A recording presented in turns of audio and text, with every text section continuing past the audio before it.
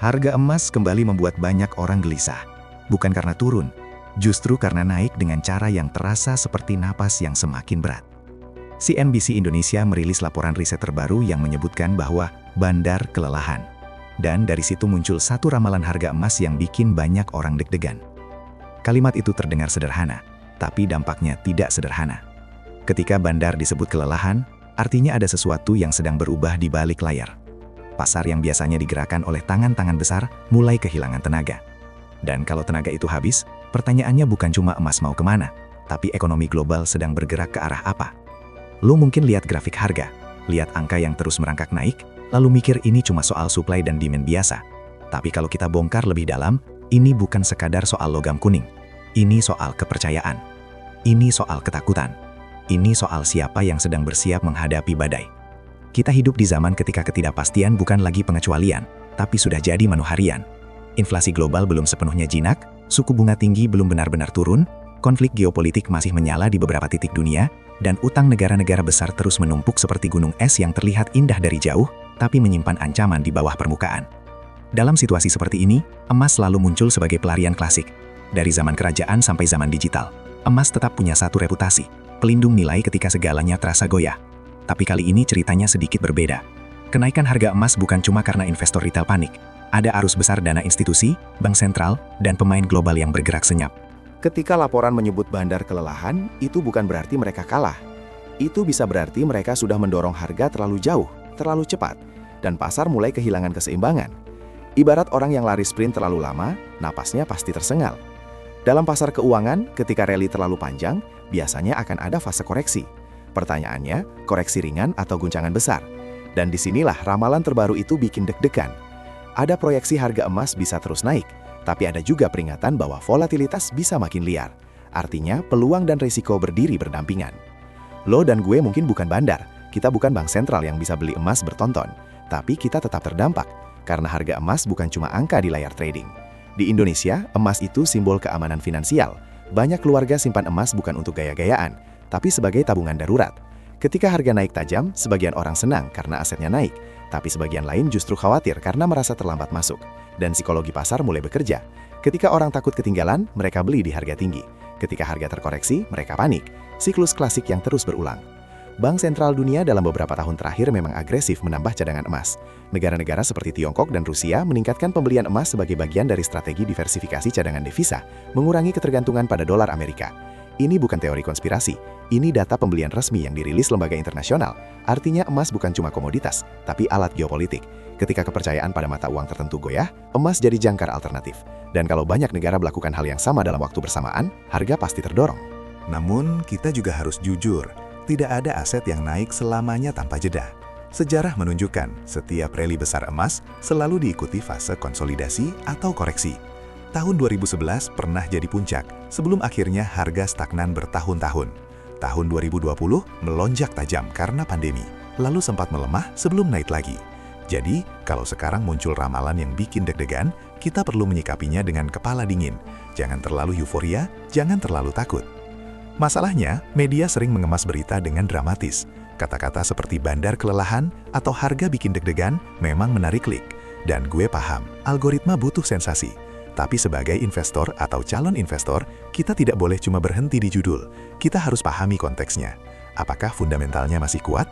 Apakah faktor pendorongnya masih ada? Apakah risiko global justru makin besar? Kalau jawabannya iya, maka tren jangka panjang bisa saja tetap naik meski diwarnai gejolak. Di sisi lain, kita juga harus sadar bahwa emas tidak menghasilkan cash flow. Tidak seperti saham yang bisa bagi dividen atau bisnis yang menghasilkan arus kas, emas hanya mengandalkan kenaikan harga. Jadi kalau lo beli di puncak euforia tanpa strategi, lo hanya berharap ada orang lain yang mau beli lebih mahal dari lo. Itu bukan investasi cerdas, itu spekulasi. Dan spekulasi tanpa manajemen risiko adalah tiket menuju stres finansial. Kita juga perlu melihat kebijakan suku bunga.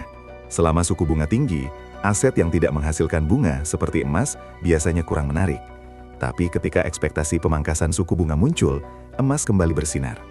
Jadi setiap pernyataan bank sentral seperti Federal Reserve selalu punya dampak ke harga emas. Ini permainan ekspektasi. Pasar tidak menunggu keputusan resmi. Pasar bereaksi pada bayangan masa depan. Di Indonesia sendiri, pergerakan emas global dikombinasikan dengan nilai tukar rupiah. Kalau dolar menguat dan rupiah melemah, harga emas dalam rupiah bisa naik lebih cepat. Jadi kadang kita merasa emas melonjak drastis, padahal sebagian dipengaruhi kurs. Ini penting supaya kita tidak salah baca situasi. Bandar kelelahan bisa juga berarti likuiditas mulai menipis di level tertentu. Ketika pembeli besar sudah masuk dan penjual mulai muncul di harga tinggi, pasar jadi lebih sensitif. Pergerakan kecil bisa memicu koreksi cepat. Itulah kenapa volatilitas bisa meningkat. Dan volatilitas selalu punya dua wajah. Buat trader, itu peluang. Buat investor jangka panjang tanpa kesiapan mental, itu sumber panik. Gua pribadi melihat emas sebagai asuransi, bukan mesin pengganda kekayaan cepat. Lo beli asuransi bukan karena berharap rumah kebakaran, tapi karena sadar resiko selalu ada. Emas bekerja dengan logika yang sama. Ia bersinar paling terang ketika ekonomi gelap. Jadi ketika sekarang harganya bikin deg-degan, bisa jadi itu refleksi bahwa dunia memang sedang tidak baik-baik saja. Kita tidak bisa mengontrol geopolitik global. Kita tidak bisa mengatur kebijakan bank sentral, tapi kita bisa mengatur eksposur kita. Diversifikasi tetap kunci. Jangan taruh semua dana di satu aset, termasuk emas. Kalaupun mau masuk, gunakan strategi bertahap. Beli saat koreksi, bukan saat semua orang teriak euforia. Dan yang paling penting, gunakan uang dingin, bukan dana kebutuhan sehari-hari. Ramalan boleh saja bertebaran. Ada yang bilang emas akan tembus level psikologis baru. Ada yang bilang akan terkoreksi tajam. Tapi pada akhirnya, pasar selalu bergerak dalam siklus.